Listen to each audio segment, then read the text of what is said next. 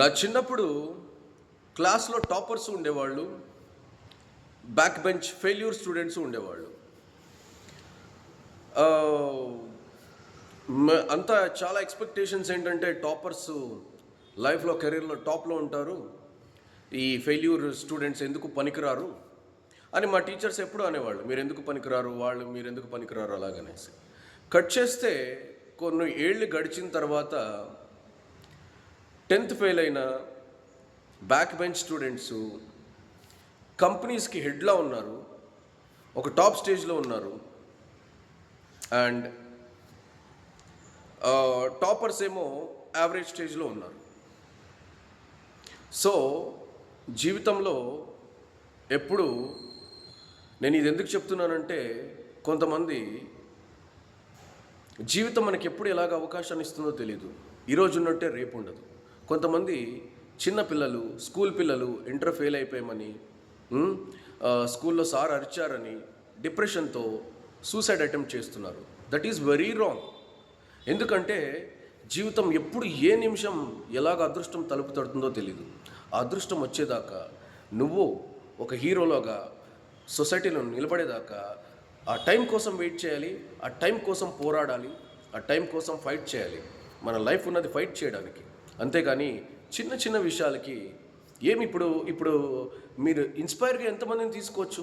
Virat Kohli intermediate, Mahindra Singh Dhoni అందరూ 10th, Narendra Modi గారు ఛాయ్ అమ్ముకునేవాళ్ళు. పెద్ద పెద్ద వ్యాపారవేత్తలు 3rd class to 2nd class చదువుకున్న వాళ్ళే.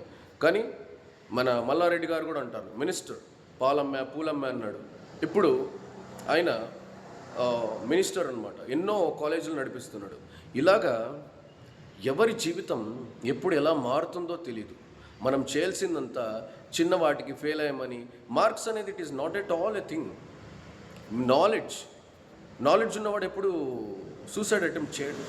నేను ఎందుకు పిల్లలకి, యూత్కి నేనేం చెప్తానంటే, ఈ వీడియో చూసి ఖచ్చితంగా నేను ఛాలెంజ్ చేస్తాను, మారండి. నెవర్ డూ బలవంతంగా చావకండి. Don't do suicide attempt. ఎందుకో తెలుసా, ఈరోజు ఫెయిల్ అయిన వాడు రేపు సక్సెస్ అవ్వచ్చు.